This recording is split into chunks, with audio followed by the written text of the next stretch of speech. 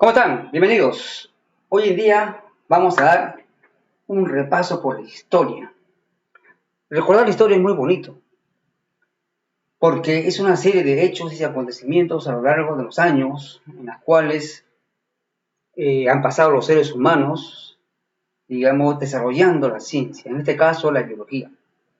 Demos un repaso pues por la historia de la biología. Es muy amplia realmente la historia de la biología. No alcanzaría esta clase para mencionar a muchos y muchos digamos, científicos y personas que han transcurrido a lo largo de la humanidad para desarrollar esta ciencia. Sin embargo, vamos a hacerlo de manera breve, resumida, ¿no? En esta historia de la biología a través de las edades, de las épocas más importantes de la historia de la humanidad. ¿Qué estudia la biología? La biología estudia, como ustedes saben, estudia la vida en sí estudia su anatomía, su composición química, ¿no? Su funcionamiento, etc. Es un estudio completo que abarca, digamos, la vida en sí. Sabiendo esto, entremos de lleno a ver cómo nace la biología en la época antigua, ¿no? Usted sabe que en la Tierra, cuando los seres humanos aparecieron, ¿no? Lo primero que tuvieron que afrontar era una lucha por la sobrevivencia. Las condiciones climáticas, las condiciones ambientales, las condiciones de vida no eran tan favorables. A pesar que había abundancia, sin embargo, la inestabilidad de la tierra, ¿no?, era su principal obstáculo. Una era de, digamos, de convulsión de la tierra, de diluvios, terremotos, erupciones volcánicas, ¿no? Ciclos de era de hielo, es decir, condiciones atmosféricas muy difíciles que tuvieron que afrontar los primeros seres vivos. Veamos entonces la era antigua. ¿Qué pasó en la era antigua? ¿Cómo comienza la biología? ¿Cómo nace la biología? La biología nace, chicos, cuando el ser humano comienza a preocuparse por sobrevivir. En su lucha por alimentación, en su lucha por sobrevivir, ahí nace la biología. Porque el ser humano se preocupa por tratar de conocer, ¿no?, qué llevar a la boca, cómo alimentarse. Y lo primero que observó fueron a la naturaleza, ¿no?, a las plantas, a los animales, fue lo primero que observó.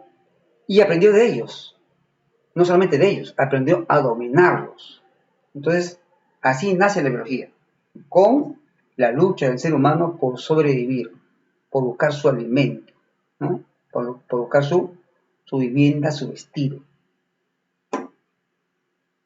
En las grandes culturas antiguas que tenemos, ¿no?, muchos años se desconoció de, digamos, de culturas que casi eran imposibles de llegar a conocer, ¿no? Porque eran muy lejanas, eran muy cerradas, no se tenían conocimientos, hasta que después se aperturaron, a conocer. Me refiero a la India y la China, ¿no? Se tenía conocimiento de que eran países muy lejanos, Persia, bueno, ¿no?, Babilonia, ¿no? Pero no se sabía de ellos casi nada. Poco después se conocieron de que en el India y la China, ¿no?, ya conocían desde muchos años la domesticación tanto de animales como de plantas, ¿no? El perro. ¿De dónde viene el perro? El perro viene pues, de los árabes, ¿no? ¿De dónde viene el caballo? De los árabes. En China y en India entonces ya conocían, ¿no?, y ya domesticaban animales y plantas. Ese es un gran paso para la humanidad y para el ser humano, porque el domesticar animales no era cosa de solo un año, pasaron muchos años, millones de años, para domesticar animales. El perro, el gato, ¿no?, el caballo, no son animales domésticos. No se puede crear en casa un león, porque no es un animal doméstico, es salvaje. Los seres humanos no pudieron domesticarlo y no es un animal doméstico. Por eso es de que no se puede adoptar como mascotas a animales que son salvajes, ¿no?, porque están matando, ¿no? A ese animal lo están haciendo sufrir, no es su hábitat, ¿no? Algunos son peligrosos, por supuesto, ¿no? ¿No? Y está prohibido. Pues la domesticación de animales tuvo, y solamente animales, también plantas, tuvieron muchos años de práctica. En Babilonia, por ejemplo, en medio de una cultura que desapareció en Babilonia, los sacerdotes practicaban sacrificios de animales. Al practicar sacrificios de animales, tenían que abrir las vísceras, ¿no? Y ya conocían sobre la anatomía, digamos, digamos, de los animales. Tenían una idea de más o menos cómo era su sistema interno. En Egipto, los grandes faraones se hacían hacer que su viaje al más allá fuera lo más sagrado posible, lo más virtuoso posible, ¿no? Ellos creían en el más allá, en la vida del más allá, en el encuentro con sus dioses, tenían que prepararse el camino cuando ellos morían, y los sacerdotes conocieron el arte de embalsamar los cadáveres, ¿no? Y fundamentalmente, ¿no? Lo hicieron con los faraones, con la gente de más dinero, de más poder, ¿no? ¿no?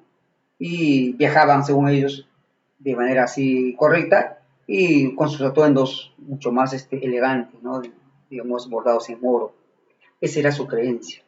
Bueno, en la época antigua también, en Grecia es una cultura muy antigua, los griegos, los romanos, ¿no? Los que se dedicaban a la ciencia de la biología eran los filósofos, gente con mucho poder, con mucho dinero, el pueblo no estaba al alcance. Uno de ellos era Aristóteles. Aristóteles fue un filósofo, matemático, un naturalista griego. Realmente estudiaban de todo ellos, ¿no? De todo, ¿no? Estudiaban las plantas, estudiaban los animales, todo estudiaban. Aristóteles, ¿no? Es considerado el padre de la biología. ¿Por qué? Porque realizó estudios de animales y plantas a gran escala. Pero sobre todo porque obtuvo dos métodos importantes. Practicó dos métodos importantes. Dos métodos. ¿Cuáles son? La observación y la experimentación. O sea, comenzó a observar el comportamiento, ¿no? La anatomía de los animales, de las plantas, ¿no? Y comenzó a experimentar, que le dieron cierta validez a sus teorías, ¿no? Digo cierta porque no todas fueron correctas, ¿no? También en esta época, un médico griego llamado Claudio Galeno comenzó a clasificar, a practicar, comenzó a disecar, a practicar disección de animales, ¿no? Y esto lo llevó y lo aplicó en el ser humano, ¿no? Fue uno de los grandes médicos más famosos de la humanidad. Por eso a los médicos de hoy día también se les llama galenos, ¿no? Galeno por el médico Claudio Galeno de Grecia. Continuemos, entonces hablamos de la época antigua. Bien, ahora pasemos a la época de la Edad Media. Lógicamente que, como digo, es un resumen, porque aquí también se refieren muchos otros naturalistas, otros biólogos. En la Edad Media, más o menos, es una edad en la cual no hubo mucho avance de la biología, ¿correcto? No hubo mucho avance, había un poco adelanto. Porque mucho predominaba digamos, la escolástica y las ideas filosóficas equivocadas, ¿no? Las ideas religiosas, que tenían un dominio muy fuerte, ¿no? Y que por lo tanto las ideas científicas progresistas eran combatidas, ¿no? Eran combatidas, eran catalogadas como el diablo, o estaban en contra de la humanidad, ¿no? Ustedes solamente recuerden acá en el Perú, la Santa Inquisición, como castigaba a la persona por sus creencias o para practicar según ellos la hechicería, sino que eran personas que atacaban con las plantas medicinales, y así, la ciencia fue perseguida y hubo un avance lento, digamos, ¿no? Un poco adelanto Sin embargo, a pesar de eso, ¿no? Y ya a mitad de la Edad Media, ¿no? Más o menos en el siglo XVI y un poco más adelante, comenzó a despegar la biología. Porque hubo una etapa, digamos, una revolución más o menos así del renacimiento científico. Renacimiento que se dio sobre todo en la Europa medieval, ¿no? En Francia, en Italia, ¿cierto? En ese lugar sobresalieron las artes, la música, las ciencias, comenzaron a despertar y comenzaron a evolucionar de manera muy rápida. En el Renacimiento, ¿no? Ocurren varios descubrimientos científicos, ¿no? Pero se empieza por uno de ellos, ¿no? Que en el comienzo de esta Edad Media es Avicena, es un médico persa, ¿no? Que estudió sobre muchas cosas, ¿no? Y sus conocimientos fueron, digamos, publicados mucho después, pero sus conocimientos duraron como más o menos unos 7 siglos. 7 siglos sus conocimientos eran realmente considerados los más avanzados. Luego llega Leonardo da Vinci. ¿Quién es Leonardo da Vinci? Es bien conocido, ¿no? Porque Leonardo da Vinci fue realmente un pintor, escultor, matemático, ingeniero, ¿no? Naturalista, anatómico, etc. Era de todo realmente. Esos hombres eran de todo. Leonardo da Vinci fue uno de los grandes representantes, ¿no? De la época de la Edad Media, ¿no? En Italia. Pero ¿por qué es importante la biología? Porque Leonardo da Vinci comenzó a hacer dibujos realmente increíbles. Comenzó a hacer dibujos de la anatomía del ser humano. O sea, dibujaba de manera casi perfecta, ¿no? Digamos, pinturas del ser humano, tanto digamos, en su físico, ¿no? Todo. Era realmente de una perfección, ¿no? Increíble, ¿no? Y muchas pinturas famosas tienen ese valor, ¿no? Porque pintaba no solamente para él, pinturas famosas y también pintaban las catedrales y las iglesias más famosas de Italia, ¿no? Fueron pintadas por Leonardo da Vinci. Se cree que Leonardo da Vinci ya conocía y digamos, la disección del ser humano, ¿sí? Y cuenta la historia que a él le traían personas ya abandonadas, los que son los mendigos de las calles, que morían y que prácticamente estaban tirados ahí, ¿no? Los mandaba a traer, porque eran personas que ya morían, no iban a ser reclamados sus cadáveres, y él los estudiaba. De ahí se comprende, ¿no? Su perfección para pintar el cuerpo humano, las personas, ¿no? Las personas digamos, de cómo era su anatomía humana. Luego viene André Vesalio, y André Vesalio es un escritor, ¿no? Que estudió sobre la anatomía del ser humano. Pero ¿cuál era lo más importante? Que él escribe un libro llamado Anatomía Humana.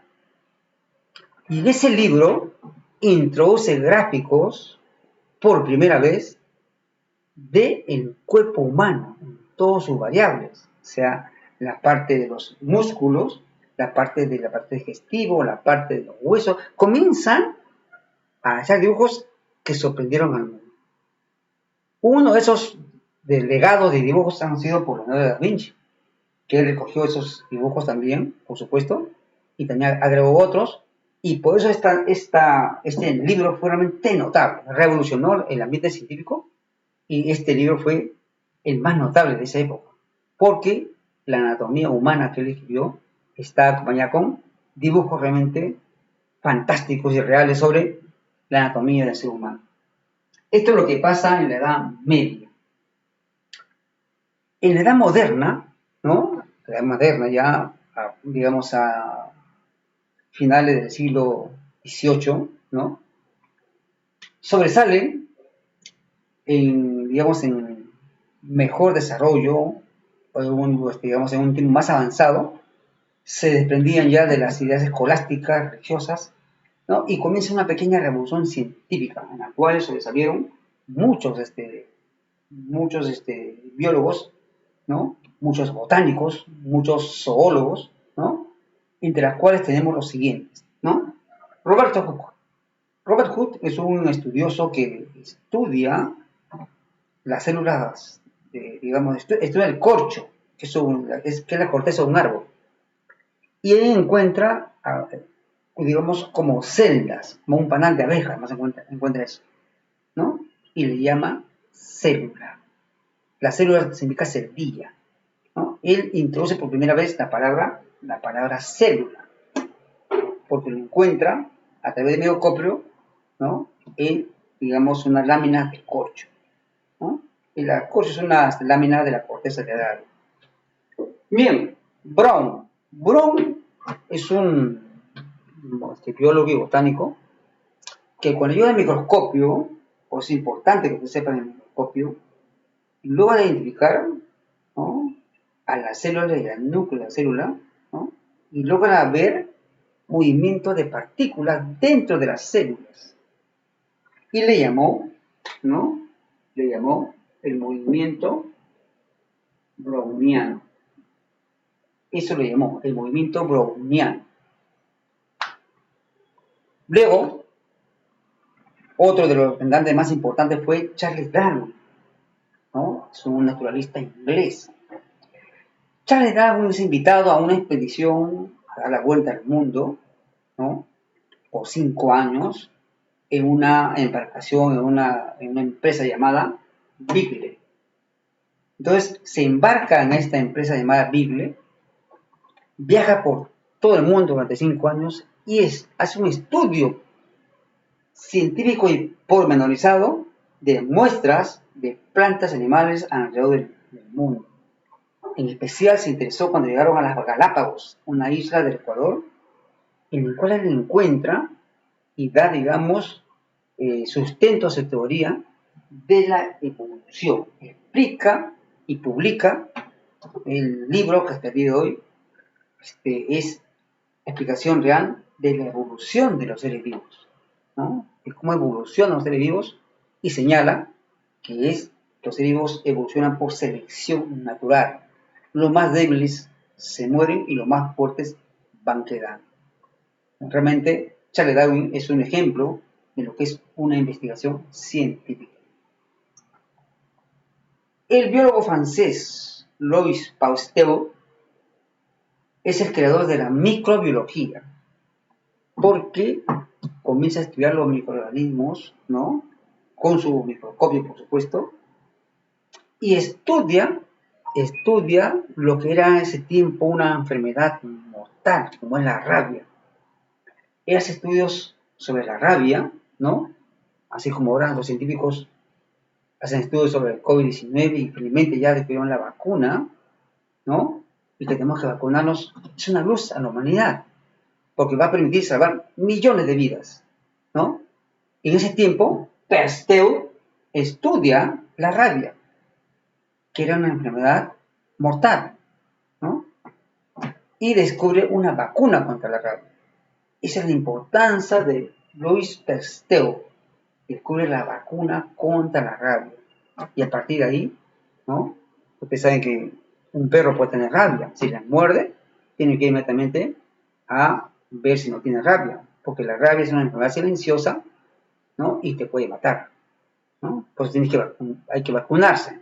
Hay una vacuna para evitar que la rabia, digamos, se propague en el cuerpo y salve la vida. Mendel es un botánico austriaco, Gregorio Mendel, otro importante biólogo, ¿no?, que sobresalió porque descubre y hace estudios sobre animales, sobre plantas, sobre todo en los guisantes, que era un tipo de plantas, ¿no?, porque se reproducían muy rápidamente. Hace estudios y descubre, es el padre de la genética, porque descubre los factores que transmiten la herencia. Aquí tenemos una imagen, como ustedes ven, ¿no?, los hijos, ¿no?, heredan ciertos rasgos de los padres y da unas leyes, ¿no? En la cual dice, una de las leyes, les voy a mencionar así nomás a grosso modo, que los hijos heredan rasgos característicos de los padres, de ambos, rasgos físicos característicos. Por eso que nosotros, ¿no? Nos parecemos a nuestros padres. Una parte de rasgos físicos de nuestros padres y otra parte de rasgos físicos de nuestra mamá, ¿no? Bueno, esos rasgos físicos fueron descubiertos por Mendel y de unas leyes. Estudió sobre la herencia de los seres vivos, llamado la ciencia de la genética. Muy bien, continuemos en nuestro recorrido por este viaje por, digamos, la historia de la biología. Siglo XX-XXI, entramos a la revolución, a la era moderna, contemporánea, ¿no? En la cual, siglo XX-XXI, 1900, 2000, ¿cierto? Entonces, ¿qué pasa ahí? Se hace mucho más evidente la revolución científica, ¿no? Moderna, en las cuales los biólogos comienzan a trabajar de manera mucho más, digamos, sin la presión del dominio de la escolástica, de la religión y de las ciencias filosóficas, comienzan a estudiar, digamos, a revolucionar los descubrimientos biológicos. Veamos a uno de ellos.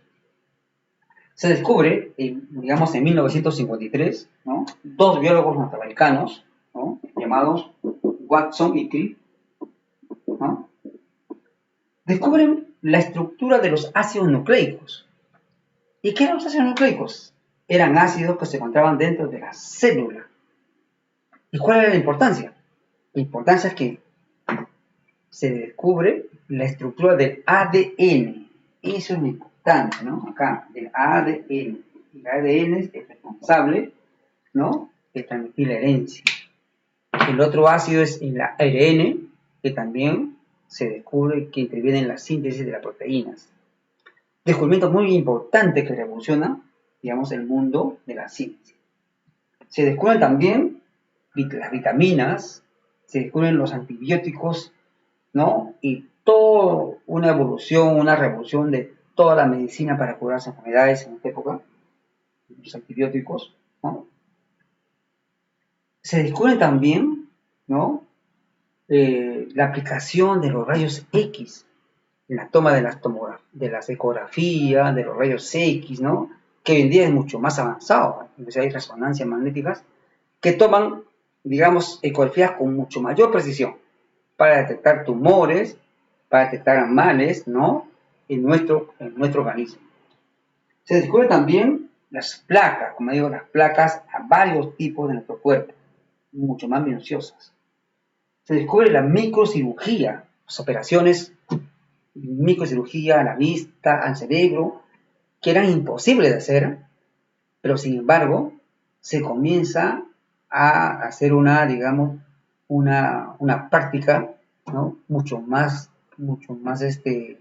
precisa con la microcirugía, ¿no? ¿Qué más tenemos? En el siglo XX, a fin del siglo XX, aparece Whittaker. Whittaker es un biólogo norteamericano que ha estudiado y estudia el reino de los seres vivos en general. Bueno, cuando éramos nosotros, en nuestra época, cuando éramos niños, éramos estudiantes como ustedes, nos decían que en la clase de biología, por supuesto, decían que los reinos de la naturaleza son tres: reino animal, reino vegetal y el reino mineral, ¿no? Y así era. Reino animal, los animales. Reino vegetal, los vegetales. Y el reino mineral estaban todos los que no tenían vida. Bueno, eso no es cierto. No hay reino mineral, porque el reino mineral son seres que no tienen vida. Entonces, Whittaker establece 5 reinos. Descubre, ¿no? Y clasifica a los animales en 5 reinos. Reino monera, ¿no? Reino protista, reino fungi de los hongos, reino animal y reino vegetal. 5 reinos. Y hasta el día de hoy, ¿no? Esa es una teoría, digamos, científica, gracias a Whittaker, que divide a los seres vivos ¿ya? A todos en 5 reinos, no se olviden. Jan Wilmer, otro biólogo importantísimo, que por primera vez establece la clonación de un ser vivo. ¿Qué cosa es clonación? Es como sacar una fotocopia de ti, de tu persona. Pero está prohibido experimentar con seres humanos. Entonces él lo hace digamos, con animales. Y logra hacer, como dice, una copia, una duplicidad. En un experimento, ¿no? Y logra hacer la clonación. Logra hacer la clonación en ovejas y saca la clonación de una oveja llamada la oveja Dolly. La oveja Dolly es muy conocida, ¿no? Porque fue la primera clonación, ¿no? De un organismo vivo. Es decir, de una copia, ¿no? De una oveja. La otra oveja es igualita, claro, sin sus vivencias, que se llama la oveja Dolly. Eso se llama clonación. ¿Quién lo realizó? Lo realizó Jan Wilmer. Bien, chicos, terminamos finalmente. A ustedes dando a grandes rasgos, ¿no? ¿Cómo se divide la biología? La biología se divide, ¿no? En 4 grandes ramas, ¿no? Biostática, biodinámica, bioquímica y biogenia. ¿Qué estudia cada una de ellas? Veamos, ¿no? La biostática estudia la vida en estado quieto, en su forma, en su anatomía, ¿no? Así como los estudiantes de medicina practican en una mesa, ponen un cadáver y comienzan a practicar ahí, ¿no? Bueno, esa es la forma de estudiar de la biostática.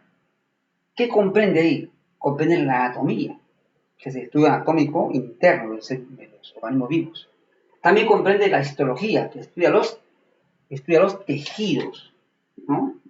Tejidos, ¿no? Como es el tejido epitelial, el tejido sanguíneo, el tejido óseo, de los huesos, ¿no? También estudia la citología, que es el estudio de la célula. Abarca esos grupos. Luego viene la biodinámica. Bio es vida, dinámica es movimiento. En cambio acá, bio es vida, estática es algo quieto. La biodinámica es el estudio de la vida en movimiento, ¿no? Y la principal ciencia es la fisiología.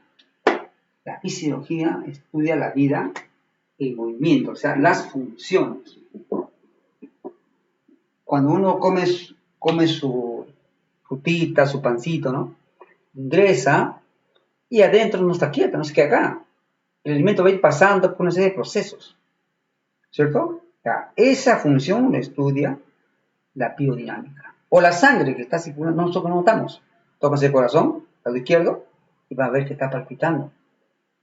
Ese movimiento de la sangre que uno estudia, lo estudia la fisiología. O cuando respiremos, ¿no? El movimiento, los gases. Bueno, ese movimiento, ese estudio, lo hace la fisiología, la biodinámica. La bioquímica, bio, vida, química. Esta ciencia estudia la composición química de los seres vivos, ¿no? O sea, de qué está compuesto químicamente los seres vivos. Eso estudia la bioquímica. Viene luego la biogenia. Bio es vida, genia es génesis. Más o menos estudia sobre el origen de los seres vivos. Y ahí tenemos varias ramas. La ontogenia, que estudia la evolución y el origen del ser. De un ser vivo. Luego viene la filogenia, que estudia el origen y la evolución de una especie. De cómo ha evolucionado cada especie. Luego viene la genética, que hemos visto por acá, que estudia sobre la herencia de los seres vivos. Y luego viene la paleontología, que también estudia a los restos fósiles, ¿no? Restos fósiles.